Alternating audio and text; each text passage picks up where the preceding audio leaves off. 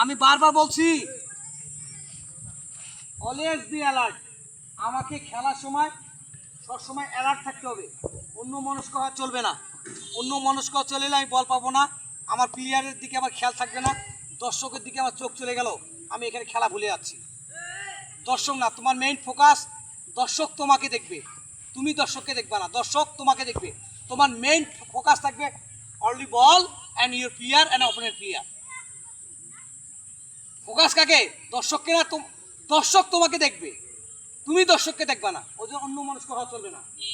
আমি বারবার একটা জিনিস বলছি, খেলার মাঠে লাখ লাখ দর্শক আসছে, তুমি খেলতেছো, তুমি খেলা বাদ দিয়ে তুমি দর্শক, হাই বাপ তুলে দর্শক হয়েছে আমার খেলা দেখতেছে, আল্লাহ কতগুলো দর্শক, এটা খেলো।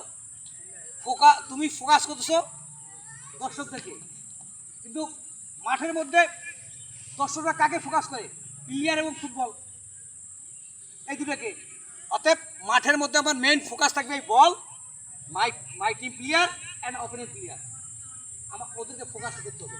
ওই জন্য আমি কীভাবে বলটা দিলাম, এখানে বলটা নিলাম, এই দিলাম দিয়ে কি ধরে নিলাম,